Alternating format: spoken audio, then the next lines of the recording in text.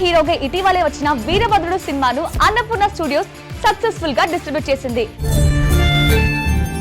అయితే ఇక్కడ Annapurna studios game changer గా మారడానికి ఒక ప్రధాన కారణం ఉంది. ఈ బ్యానర్ అత్యంత పారదర్శకంగా ఉండే దశాబ్దాల నాటి కమిషన్ బేస్డ్ డిస్ట్రిబ్యూషన్ విధానాన్ని మళ్లీ తెరపైకి తీసుకొచ్చింది. కమిషన్ బేస్డ్ డిస్ట్రిబ్యూషన్ విధానంలో సుమారు 8 నుంచి 10% డిస్ట్రిబ్యూటర్స్ కు అందగా మిగిలిన ఆదాయం నిర్మాతలకు వెళ్తుంది. అయితే అన్నపూర్ణ మాస్టర్ మైండ్ ఇక్కడితో ఆగిపోకుండా థియేట్రికల్ ట్రాకింగ్ విషయంలో పూర్తిగా పారదర్శకంగా అన్నపూర్ణ వ్యవహరించింది. ఇలా చేయడం వల్ల ఎగ్జిబిటర్స్ తో పాటు నిర్మాతలు కూడా సంతృప్తికరంగా ఉంటారు.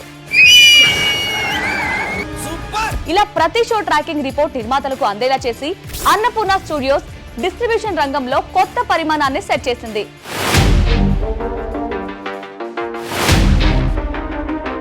ఇలా ఖచ్చితమైన ట్రాకింగ్ రిపోర్ట్ ఉండటం, కమిషన్ బేస్డ్ డిస్ట్రిబ్యూషన్ తో అన్నపూర్ణ స్టూడియోస్ డిస్ట్రిబ్యూషన్ ప్రాసెస్ ముందుకు వచ్చింది.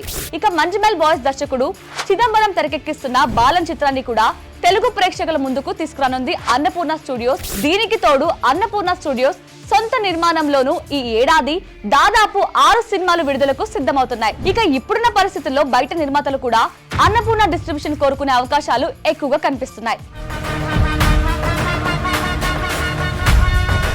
ఇండస్ట్రీ కష్టకాలంలో ఉన్న ఇలాంటి సమయంలో ఇలాంటి ఒక కొత్త మాడ్యూల్ సెట్ అవ్వడం నిజంగా శుభ పరిణామం అని చెప్పొచ్చు. సినీ రంగంలో సక్సెస్ కి కేర్ ఆఫ్ గా నిలిచిన అన్నపూర్ణ స్టూడియోస్ ఈ డిస్ట్రిబ్యూషన్ రంగంలో మార్కెట్ మొత్తాన్ని తమ వైపు తిప్పుకుంటుందో లేదో చూడాలి.